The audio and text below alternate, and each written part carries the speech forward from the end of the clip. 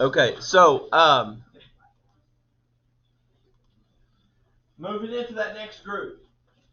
Since there were several who were absent last week, number 8 and 10 are done pretty much the same way, and I want to do one of those two with you to make sure you're all pretty close to back on the same page. It wouldn't take you very long. It's not that hard. Which one do you want me to do, 8 or 10? Number 10? Number 8? Okay, 8. Sorry, it's the one I heard the most. We'll do number 8. So this one says, hey, write a rule for the sequence. You don't have to check to see if it's a sequence. It's telling you it's a sequence because it's telling you to write a rule for it. So I'm going to find first my common difference. You got to have it for your formula. So I take a sub 2. What's a sub 2? And I subtract a sub 1. 9 minus 29 is negative 20. My common difference is negative 20. Now I'm ready to write my equation. My equation, I need two things. I need the common difference, which we just found, and we need one more thing. What is it? A sub 1. So here's my equation. A sub n equals a sub 1. What is it? 29 plus n minus 1 times that common difference we found to be negative 20. That's my equation. Very simple. We got to distribute first. So leave the 29 alone. What is negative 20 times n? Negative 20n. And what's negative 20 times negative 1? Positive 20. And then I told you guys on Friday, you were here, always bring down that first term as your variable part. Negative 20n. And then combine your like terms or constants. What's 29 plus 20? 49. And there enough, sure, that's my equation right there. Negative 20n plus 49. Every term for this sequence can be found using negative 20n plus 49.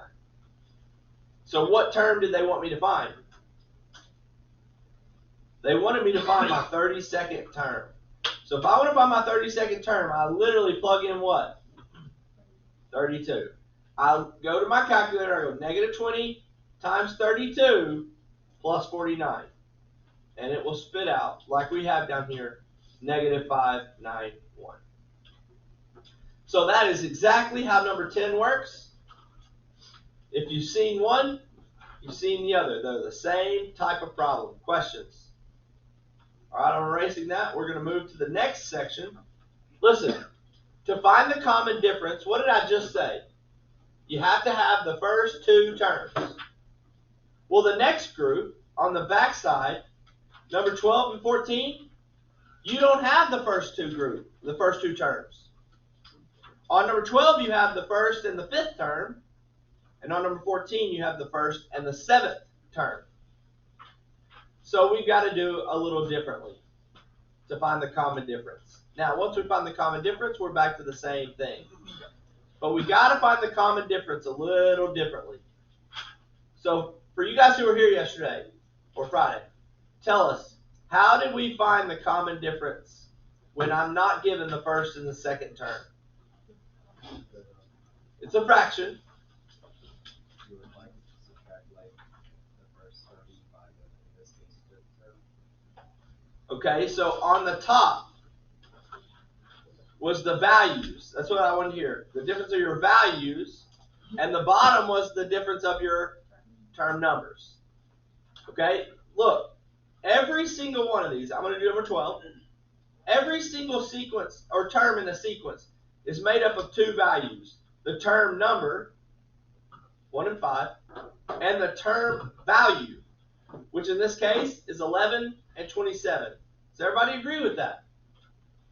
Well, here's the deal. If they don't tell you your first and second term, I can't just go second term minus first term. Instead, up top, we do the difference in our term values, and then on the bottom, we do the difference of our term numbers. Now, when we talked about this on Friday, here's what I told you. I told you that order doesn't matter, but then it does matter. Let me explain. Can I go on top, term values, can I go 11 minus 27? Yep. Can I go 27 minus 11? Yep. I can do either order. I can do 11 minus 27, or I can do 27 minus 11. Order doesn't matter. So most people did 27 minus 11. Now all of a sudden, does order matter? Yeah, if I went 27 minus 11 on top, what do I have to do on the bottom? I gotta do 5 minus 1 on the bottom. You can't go apples minus oranges and then go oranges minus apples. You gotta follow the same order. You understand? So let's finish this thing up. 27 minus 11 is 16. 5 minus 1 is 4. 16 divided by 4 equals 4. That's my common difference. Then to write my equation, a sub n equals a sub 1, 11, plus n minus 1 times my common difference, which we found to be a 4.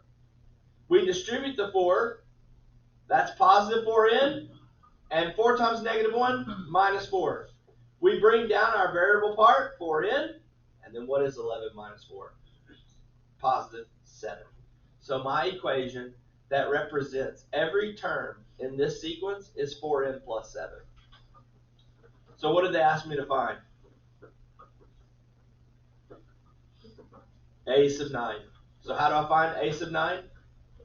You plug in 9. 4 times 9 is 36. 36 plus 7, 43. It's that easy. Okay? And number 14 is done in the exact same way. So there's no need for me to do both. I've done one, so I've done the other. Here are the answers, though. If you weren't here and you didn't do it, jot them down. Make sure you got it right when you do your work. Okay? Number 20 was K. You literally typed it in your calculator. So last two I'm going to look at are 16 and 18. I love these types of problems because we utilize what we just covered to now find not A sub, but S sub. We're finding the sum of this sequence through the what? 16. Through the 21st term. On 18, we're finding the sum of this series all the way through the 12th term. So here's what I showed you guys on Friday. Which one would y'all like me to do, 16 or 18? 18. 18. So first, I still got to know the common difference. Got to know it. Okay? Got to know it. Second term is what? 4. Minus the first term, which is 15. 4 minus 15 is negative 11. There's my common difference. So now I'm going to write my equation, just like I've done the last two problems we've done together. A sub n equals a sub 1. What's my first term, y'all? 15 plus n minus 1 times 11, or negative 11. My common difference. What did I say we got to do first? You got to distribute. What is negative 11 times n?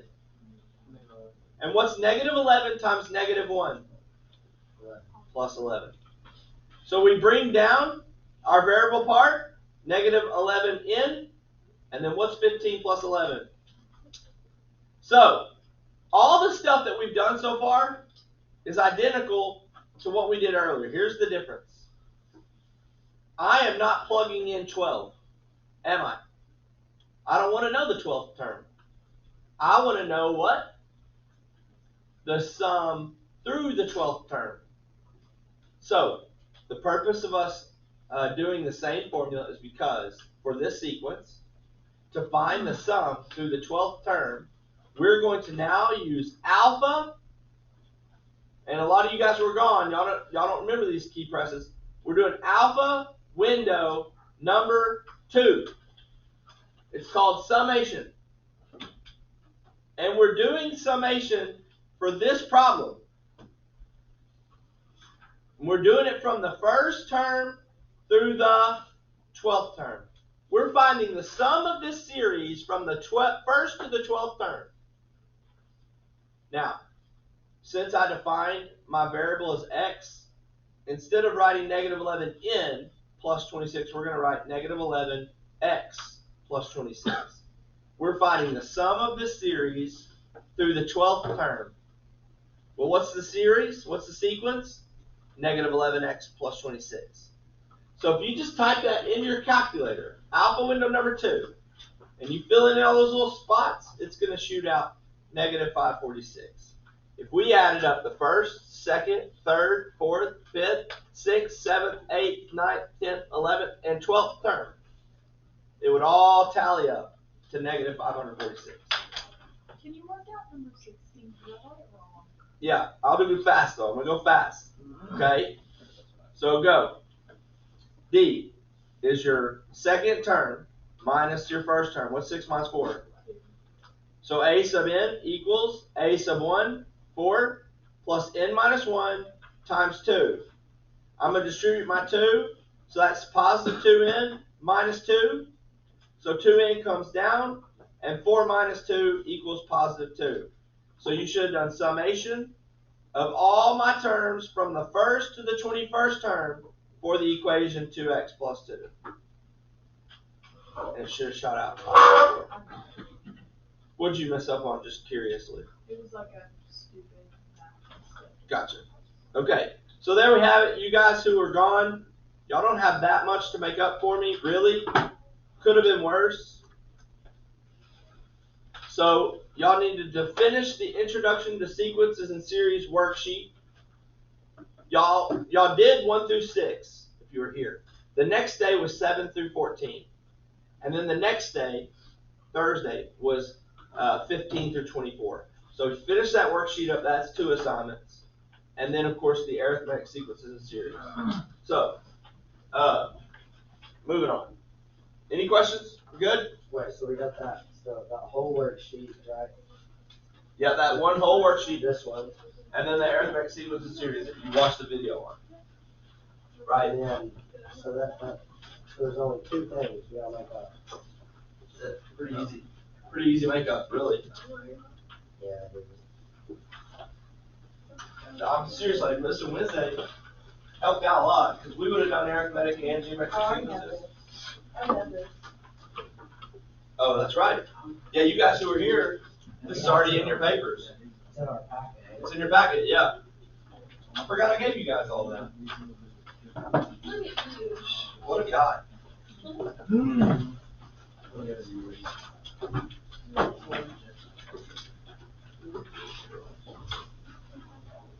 Was that the last thing in it? Yeah. Is that homework? Oh, no. It's got the next one too. It's got, dang. Well, I printed off way more. I didn't think we would get to that. oh, But they put it in there. Yeah, that'll be tomorrow. So y'all have all the stuff. Okay, good. Where's my copy at though? That's the first question that I need to answer. Good. There it is. It's been a day already.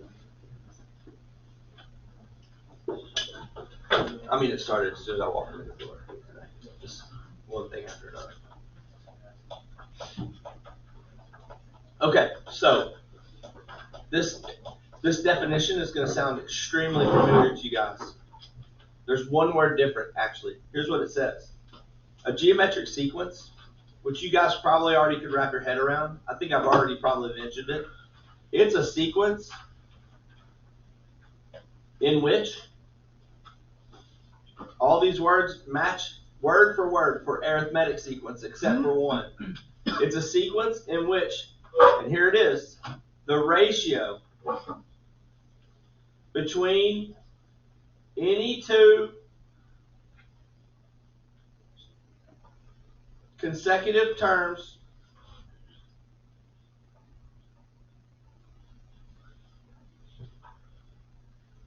is constant. Like seriously, if you go back to your notes from Friday, the definition is exactly the same, except it replaces one word. Y'all remember what that one word was? What did this word right here replace? Difference.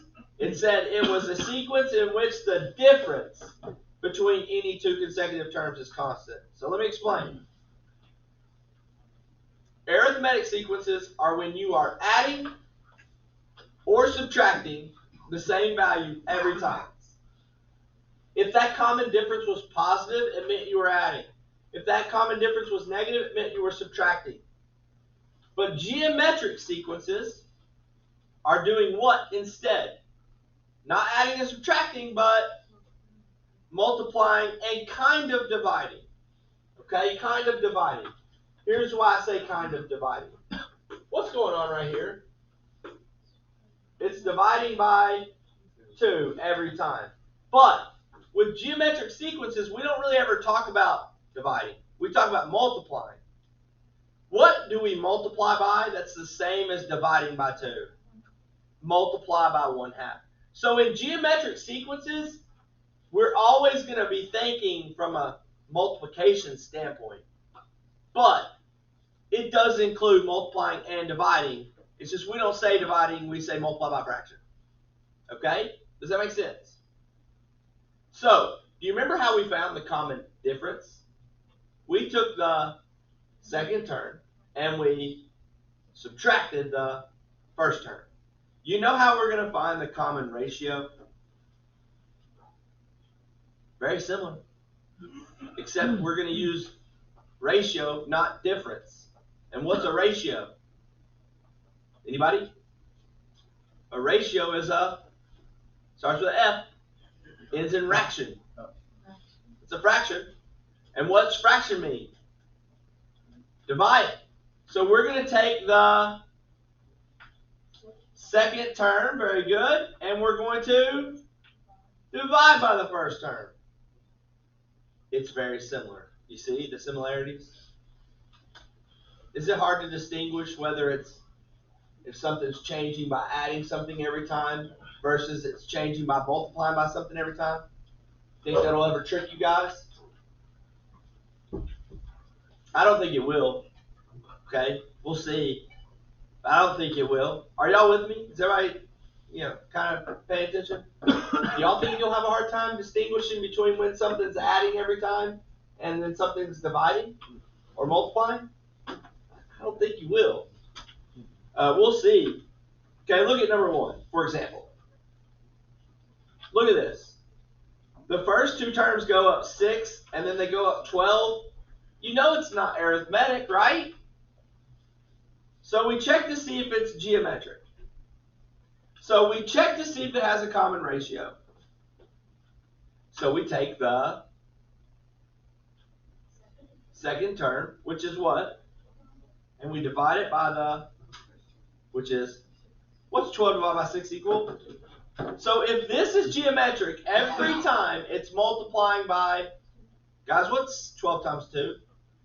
What's 24 times 2? Is it following that? Then this thing is definitely geometric. So what does it ask me to do? By the next 3. So what's 48 times 2? What's 96 times 2?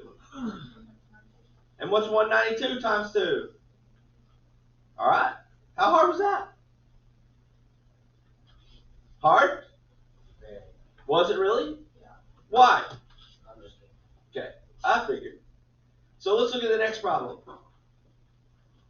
If I go here to my common ratio and I follow the same order, second term is what? And we divide that by the first term, which is what? A10. Now, not as pleasant, right? Not as pleasant, because if you type that in your calculator, what do you get? You get 0.3 repeating. 0.3 repeating. So what I do is, if I had done it like this, where I took 270 and I divided it by 810, which is fine, I'm not going to type 0.33333 in my paper. What's better than that? Yes, alpha y equals number 4. We'll change that to 1/3. That's better. Now let's check to see if 1/3 is in fact the common ratio. Ready? So you take 270 and you multiply it, and you can go up here and grab it if you want, by 1/3 equals Does that match? Okay, let's keep going. Times 1/3. Alpha y equals number 1. Does that equal 30?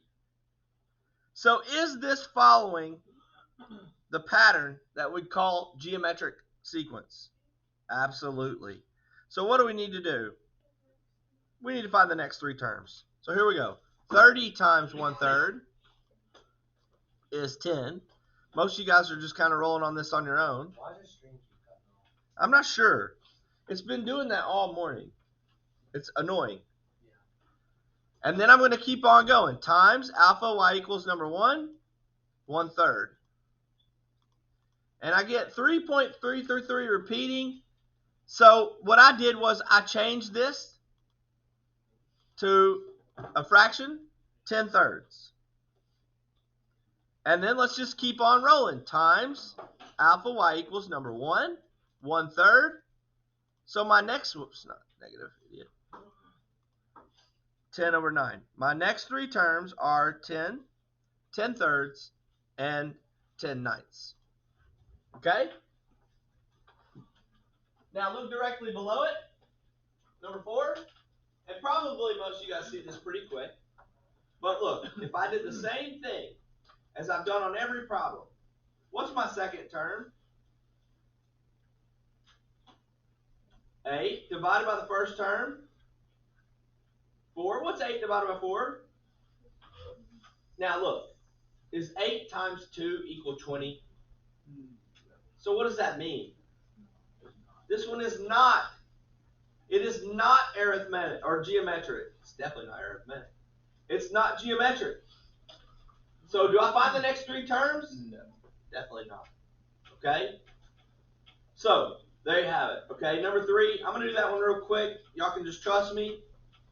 My second term, -1, divided by my first term is 4. I don't have to simplify that or anything. If I keep on going, -1 times -1/4, positive 1/4. Positive 1/4 times -1/4, -1 over 16. This is, in fact, geometric. And my next three terms are positive 1 over 64, -1 over 256, and positive 1 over 1024. Okay? I just went ahead and did that for you. All right. Now, moving on. Let's say you know that you have a geometric sequence. And they want you to do a variety of things. They want you to find a certain term. They want you to find the sum through a certain term. You can write an equation that represents that geometric sequence to find any term you would want using this equation. A sub n equals a sub 1 times r to the n minus 1 power. So just like with a arithmetic sequence, we need two pieces of information to write an equation. What are they? I need the r. I need the common ratio. That's the first thing I heard. And what was that other thing? You got to know that first term. You got to know a sub 1.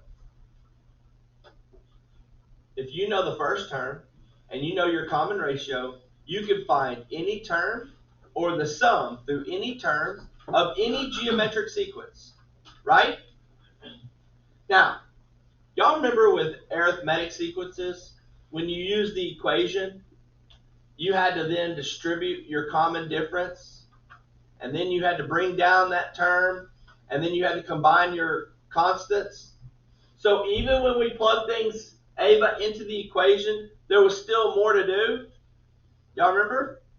Well, this formula is better than that, because once you plug it into your equation, it's done. Like, it's done. You can't do anything to the equation once you've written it. So, for example, look at 5. They want us to write a rule for each sequence, and then they want me to find a sub 6. So first, do I know my first term? That's an essential. What else is an essential? I've got to know my common ratio. So we need it. So how do I find it? Yep, second term, -5, over first term, 1. Guys, -5 divided by 1, -5. So here it is. Tough stuff right here. Y'all ready? About to blow your mind. Here's my equation. A sub 1 times your common ratio, -5 raised to the n minus 1 power. That's it. Tough? No. Don't do what a lot of times people try to do. A lot of times people try to take your a sub 1 and multiply it by your r. Why can we not do that? Why will we never do that? Guys, why can I never take my a sub 1 and multiply it by my r? Because r is being raised to an exponent. So don't try to simplify this thing. That's your equation. You can't simplify it more than that. You hear me? Don't try. Don't try. So, the last part of this is to find what, y'all? The last part of this is to find a sub 6. So a sub 6. We're going to go to our calculator. We're going to type in 1 times -5 raised to, then you have two options. You could type in 6 minus 1 power, or you can do what most of you guys probably will do. You will simplify that in your brain. What is 6 minus 1? And you'll put a 5 up there. That's what I do. If you don't want to do that, that's fine. But to me, it's just so easy. I go ahead and simplify that. And I would have typed in my calculator 1 times -5 to the 5th power. So what do you get? And that's my answer for my 6th term. Questions? Okay, let's do number 6. What time do we get out here? Okay. Number 6. Common ratio. How do we find it? 65, second term, over 130, first term. What is 65 divided by 130? 1/2, or what else would be just as good as 1/2? 0.5. Remember, it's a terminating decimal. Terminating decimals are great. In fact, if you look at all these terms, what do you notice about all of them? Look at all the sequence numbers. What do you notice about them? They are going down, but how are they written? They're written as decimals. So more than likely, which one did they actually use? They used 0.5 instead of 1/2. Now listen, you're not going to get it wrong either way. But the point is, since all the answers in the sequence are decimals, my assumption is they used 0.5 in their equation. So I'm going to use it. You don't have to, but here's the tough equation. A sub 1. Somebody? 130, thank you, times 0.5 raised to the n minus 1. That's my equation. That's my rule. You can't simplify it. You can't do anything to it. Do not try to multiply 130 by 0.5. Do not. Leave it just like that. Now, what if I want to find a sub 6 now? What do I do?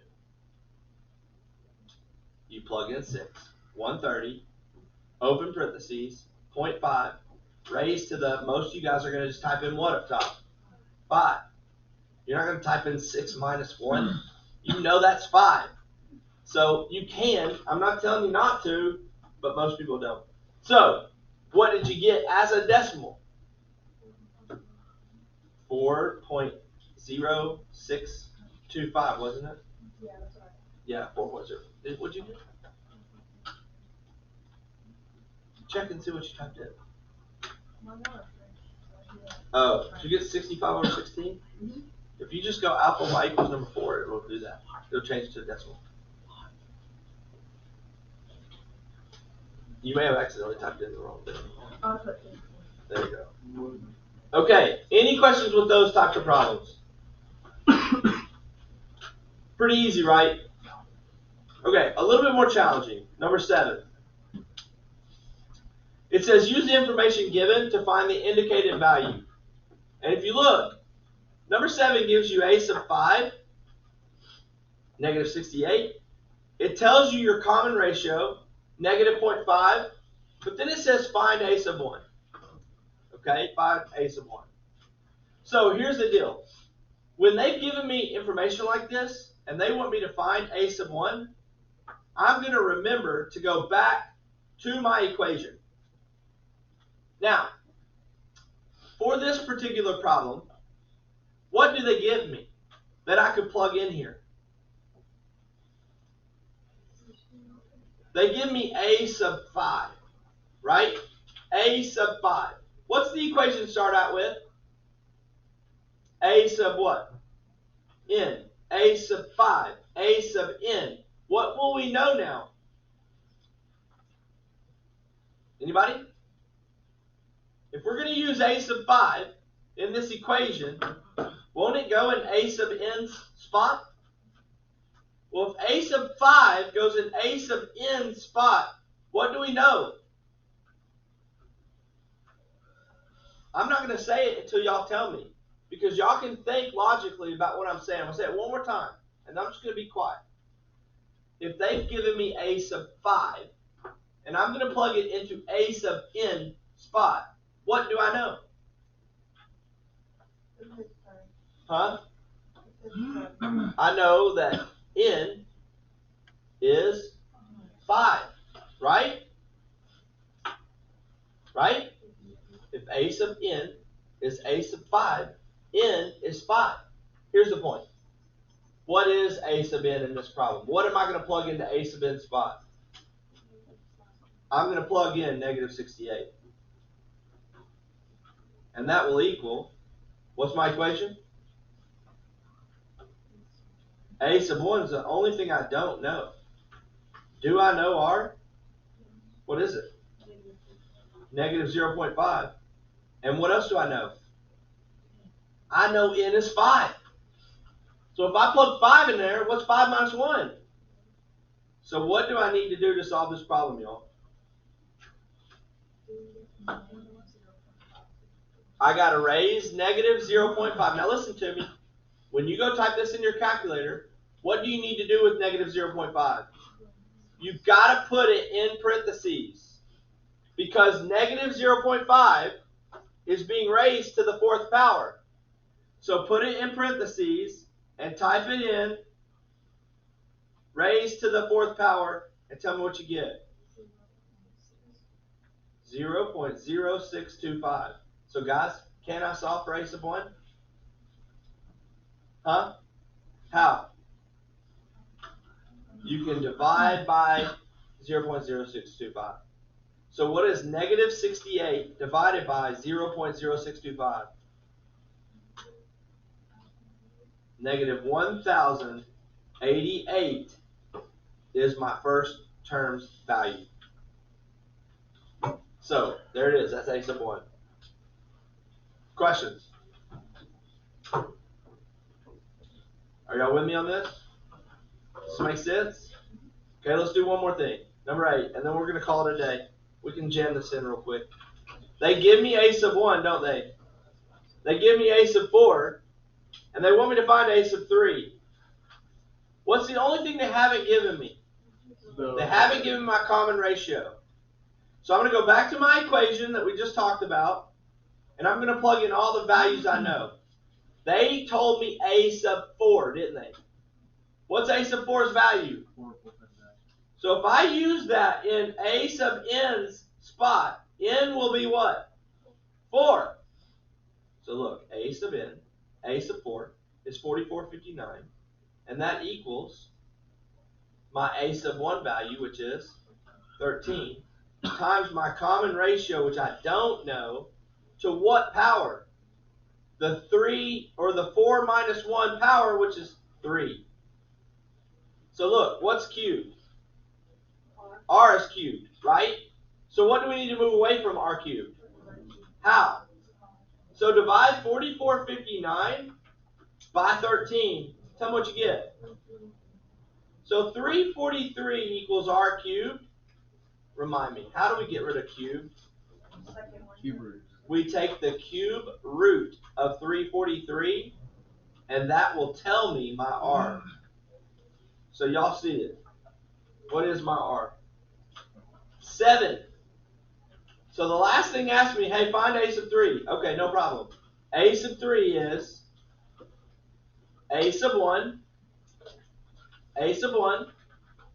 13, times my common ratio, 7, raised to the 3 minus 1 power, which is squared. So it's 13 times 49, which is 630. Okay, no homework tonight. Tomorrow we'll pick up right here. It shouldn't even take us that long to finish, and then your homework will be given, and you'll have some time actually to work tomorrow in class. For you guys who've been gone, you know, the quicker you get caught up, the better for you, because we take a test on Friday of next week, of this week. What was I thinking?